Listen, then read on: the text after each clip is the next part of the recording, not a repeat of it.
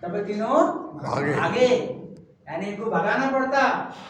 ख्याल में रहो जी, भगाना पड़ता। और संसार के लोग पुण्य कर्म जमा करते, संसार के लोग पुण्य कर्म जमा करते हैं। गुरु महाराज कहते हैं इनको भगाओ, इनको खत्म करो। ये तीनों कर्म कब खत्म होंगे? जब 24 ही घंटे 8 पौर 64 घड़ी रखना चल लगे। 24 ही घंटे रगड़ बोले राम जी रोम रोम निरंकार और सहज धूल लगते सो है सिमरन सार। 24 ही घंटे जब झड़ी लगती है, कैसी झड़ी लगती है 24 ही घंटे? ये ऐसी झड़ी लगती है 24 ही घंटे, बिल्कुल जहां वहां से रकार लगती है, जहां वहां से बिल्कुल हम बोलते ना राम राम करते हो मेरे बिल्कुल रोम रोम जागृत हो जाते, मेरी अकल ध्वनि चालू हो जाती।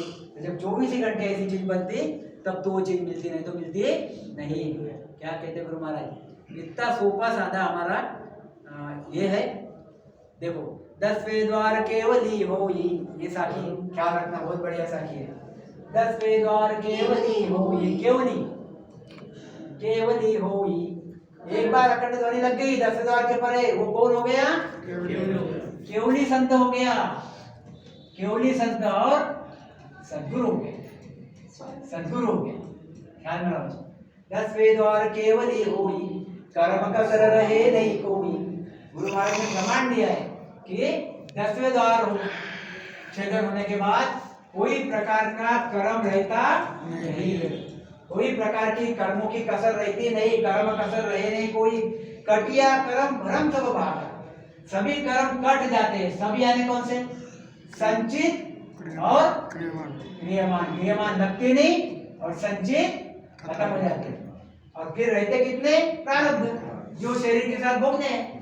जिस दिन शरीर छूटेगा उस दिन प्रारब्ध खत्म हो जाएगा। 10वें द्वार केवली होई, कर्म कसर रहे नहीं कोई।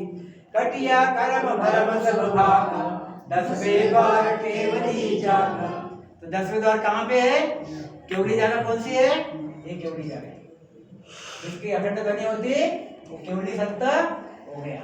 संसार में केवली संत और किसको बोलते हैं लोग? वो विषय अलग है। यह जैसे अगर आप इसको बड़ी डायग्राम निकालो, यह परम का देश हो गया।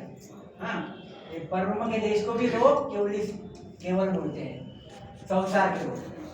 गुरु महाराज कहते हैं ये असल केवल नहीं है, ये असल केवल नहीं है। सिद्धशिला इसको भी केवल बोलते हैं, इसको भी केवल बोलते हैं, मगर ये ठीक है, ये तो केवल है। और गुरु महाराज कहते हैं असल केवल क्या है? तो असल केवल यह सत्स्वरूप परमात्मा का जो अखंड 10वें द्वार के परे की ध्वनि, यह असल केवल है।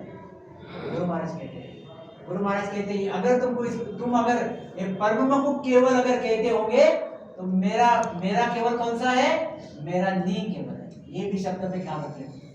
अगर आप परम को केवल मानते होंगे मैं कौन से देश में जाता हूँ? नी केवल देश में जाता हूँ। ये भी चीज ख्याल में रखना। 10वें द्वार केवली जागा। क्या कहते हैं गुरु महाराज आगे?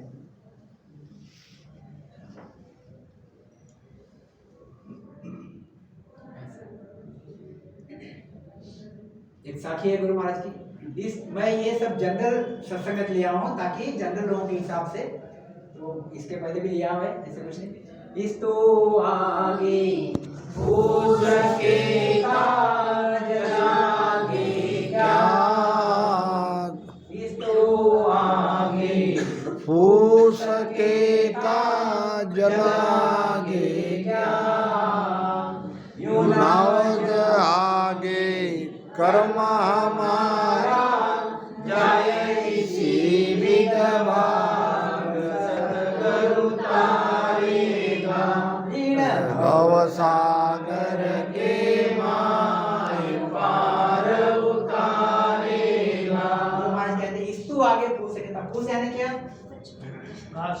फूस यानी घास। अभी देखो बहुत घास की थी, ढीक का ढीक पड़ा हुआ है घास। कितना? बहुत भारी, बहुत भारी है। सब कचरा का कचरा पड़ा है, बहुत भारी कचरा पड़ा है, बराबर। उसके ऊपर आप आग लगा, उसके ऊपर आग लगा दी, कचरा रहेगा क्या? जैसे ही आग लगी कचरा क्या हो जाएगा? आग जल के खाक हो जाएगा, खाक हो जाएगा, राख हो जाएंगे। कितना ही कचरा रो सब राख हो जाएगा। और वापस जो आप ला के डालोगे वो भी राख हो जाएगा, जल के खत्म हो जाएगा। क्यों? कि आग का यह गुण है, बिड़ल है, आग का बिड़ल है, गुण है। आग का बिड़ल क्या है? कचरे को जला देना, खत्म कर देना। बराबर, कितना भी कचरा हो आग खत्म करके ही उसको रहेगी। ऐसे ही जलागी क्या, दुनिया भर की आग लगी जिधर उधर, इसको बुझाएगा कौन? पानी। क्यों बुझाएगा पानी? क्योंकि पानी का बिड़ल है। क्या बिड़ल है? कि आग को बुझाना, कितनी भी आग लगी रहे उसको बुझा के ही रहेगी। जो नाम जलागी कर्म हमारा, जाय इसी विधभाग सतगुरु करेगा। गुरु महाराज कहते ऐसे ही मेरा जो नाम है, मेरा नाम कौन सा है? यह कुदरत कला नयनचर निज नाम, ये नयनचर निज नाम सतनाम, ये जो नाम है यो नाम जलागी कर्म हमारा, यह जो संचित कर्म है और ये जो क्रियमान कर्म है, जाए इसी विध भाग। ये नाम के आगे एक भी कर्म रुकता नहीं, ठहरता नहीं, भग जाएंगे, खत्म हो जाएंगे। इसलिए आपको पूरे कर्म अगर खत्म करना रहा तो करना क्या पड़ेगा? नयनचर की प्राप्ति करना पड़ेगा, जो सदगुरु के पास मिलेगी। और आप सदगुरु के पास गए तो आपको नयनचर मिलेगा ही, और आपको नयनचर मिला तो आपका भवसागर से तरना ख्याल में जी। ऐसा वो पद गुरु महाराज ने बहुत बढ़िया पद लिखा है। गुरु महाराज क्या कहते हैं? जिन मुख में हरि नाम कर्म का जोर न लागे, भूत प्रेत चल चित व्याध सब जाय, रोग व्यापे नहीं कोई।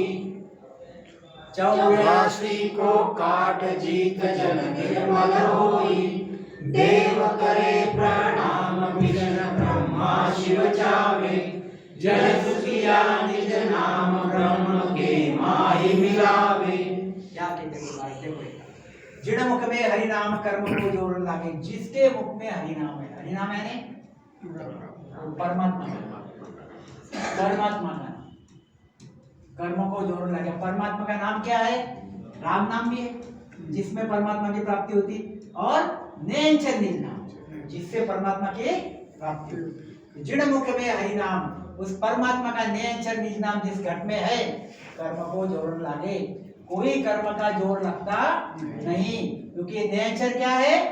ये कर्म काटने की छुरी है। छुरी यानी कर्म काटने की छुरी है। तो अभी यूं समझ के चलो आप, जिन मुख में यह नयनचर की प्राप्ति हो गई। अब नयनचर की प्राप्ति हो गई, नयनचर अखंड ध्वनि लगा रहा 24 घंटे, नयनचर, कुदरत कला। अभी यहाँ पे कोई प्रकार का कर्म रहेगा क्या? नहीं, क्योंकि नयनचर का काम क्या है? कर्म को काटना। वो कर्म काट के वैसे ही खत्म कर दिया। तो कोई कर्म को जोड़ने लागे, भूत प्रेत चल छिद्र जब दुरासु भागे। ये भूत प्रेत छल छिद्र कौन है? देखो अभी ये भूत कैसा है? ये भूत प्रेत छल छिद्र जो भी कोई है, हमने ना देखे, फक्त सुनिए क्या मतलब। भूत और पुराणों में लिखा है, गुरु महाराज की वाणी में लिखा है, इसका मतलब है ये भी लेके चलो। भूत प्रेत छल छिद्र जम दुरासु भागे। जम के बारे में हम बहुत बार सुनते भी है, और जहां पर लिखा भी है जम दुरासु भागे। यह नयनचर निज नाम, अभी नयनचर निज नाम कुदरत कला को देख के ये सब भागते हैं।